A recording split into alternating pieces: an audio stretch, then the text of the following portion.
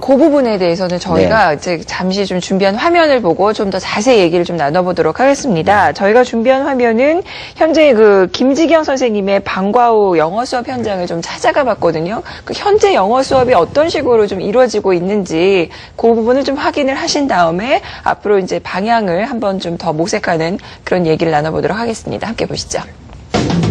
인천에 위치한 마전중학교. 이 학교는 방과 후 영어 교육이 잘 이뤄지기로 관내에서도 소문이 자자한 곳인데요.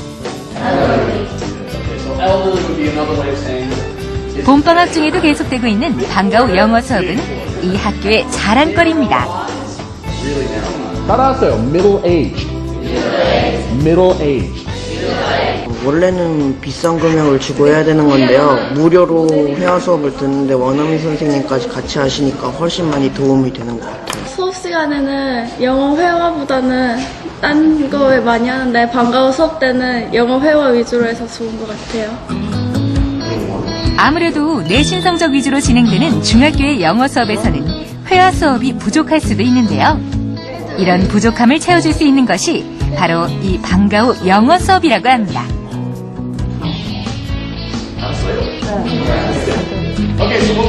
검증받는 학교의 원어민 교사와 내국인 교사가 함께 팀을 이뤄 진행하는 회화 수업. 완벽한 팀워크 덕분에 매 수업이 즐겁지만 나름대로의 고충도 있다고 합니다. When I'm teaching, I want to make sure that whatever I teach, they need to have fun with it.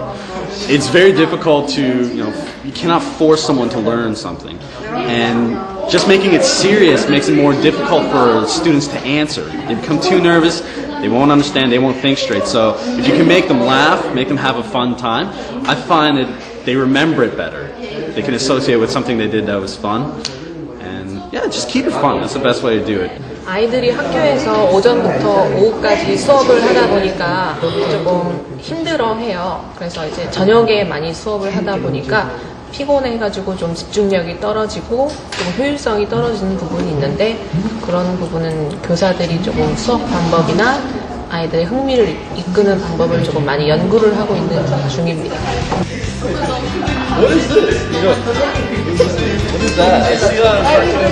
사교육을 경감시키고 공교육을 강화할 방안으로 큰 기대를 걸고 시작된 방과 후 학교 교육.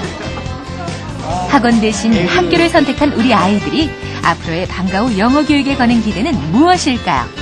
원어민 선생님께서 회화뿐만이 아니라 문법 같은 것도 함께 병행해 주셨으면 더 큰 도움이 될 것 같습니다.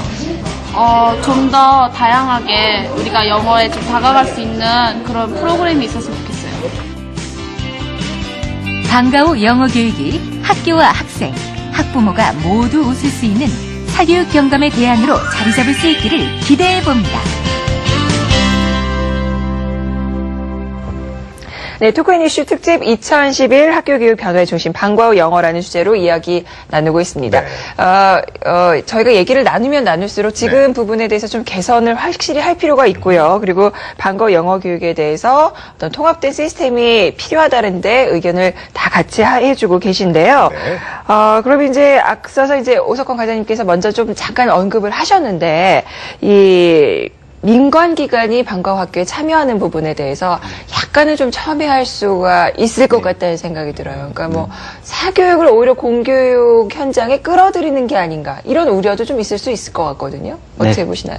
그렇습니다. 우선 그 민간기업의 방과 후 학교 참여 활성화라는 개념은 무엇을 위한 것인가가 중요합니다. 그렇죠. 그러면 이제 저희가 방과 후 학교의 활성화를 하기 위해서 준비하고 있는 부분들이 결국 우리 선생님들이 중심이 돼서 학교 영어 교육과 그러니까 연계되어 있는 방과 후 교육 과정을 운영을 하는 부분들입니다. 그런데 선생님들이 전념으로 참여하시기에는 정규 교육과의 연계성 때문에 굉장히 어려운 업무 분담이 많이 생깁니다. 그래서 핵심적인 내용은 우리 선생님들이 참여하시고 그러나 실제로는 훨씬 더 많은 그 수요가 있기 때문에 그것을 담당해 줄 수 있는 그러한 외부 자원의 활용이라고 보시면 됩니다. 그러니까 외부 자원의 활용이 다양한 영역으로 있습니다. 개별적으로 외부 강사를 채용을 해서 하는 경우도 있고요.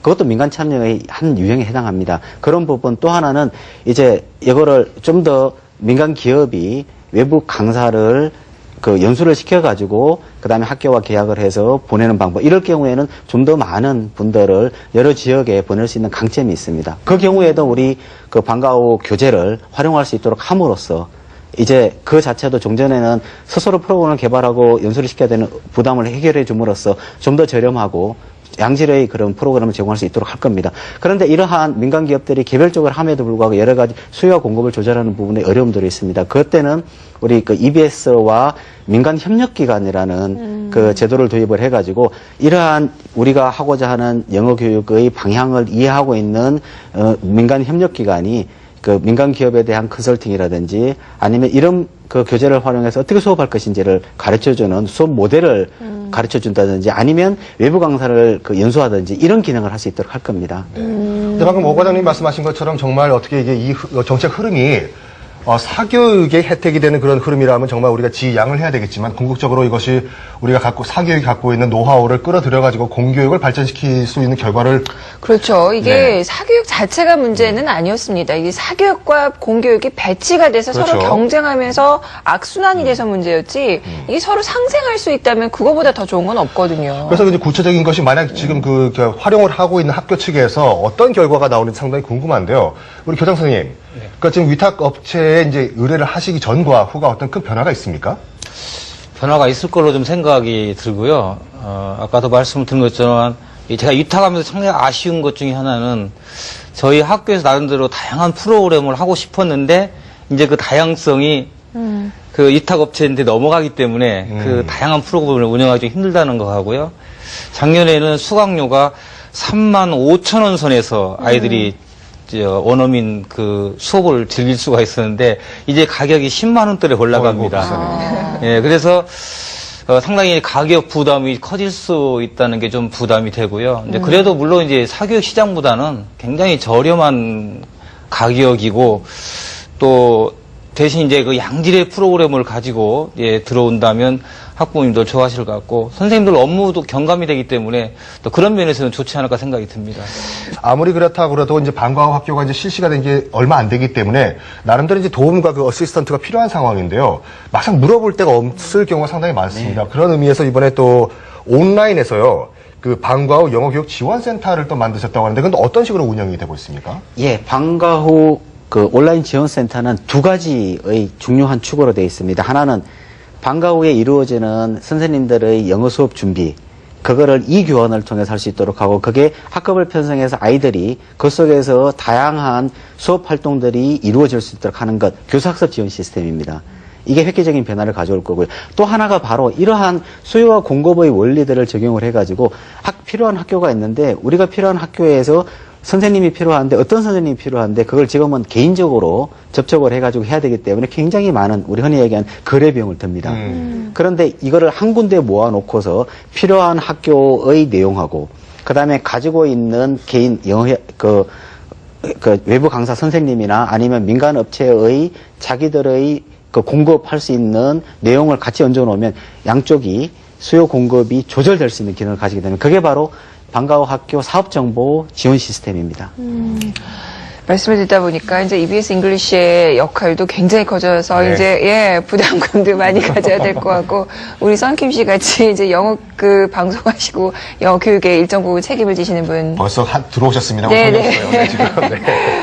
네. 역할이 크십니다. 네네. 네, 앞으로 이제 대한민국의 그 미래가 달려 있으십니다. 똑같은 얘기입니다. 성격서요. 네. 아무튼 이제 이번 그 활성화 방안이 잘 추진이 된다면 이제 뭐 교사들, 선생님들의 업무 부담도 확실히 줄 거라는 생각도 들고요.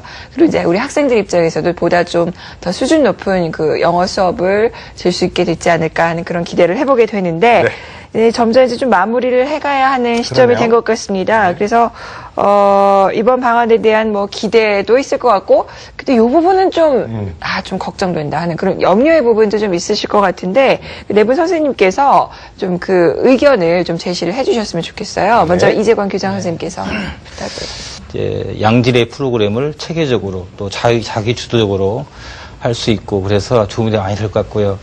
저는 이제 한 가지 좀 다른 제언을 한다면 이 방과 후 영어 교육이 활성화가 되려면은 다른 방과 후 활동 프로그램까지 같이 활성화가 되어야 합니다.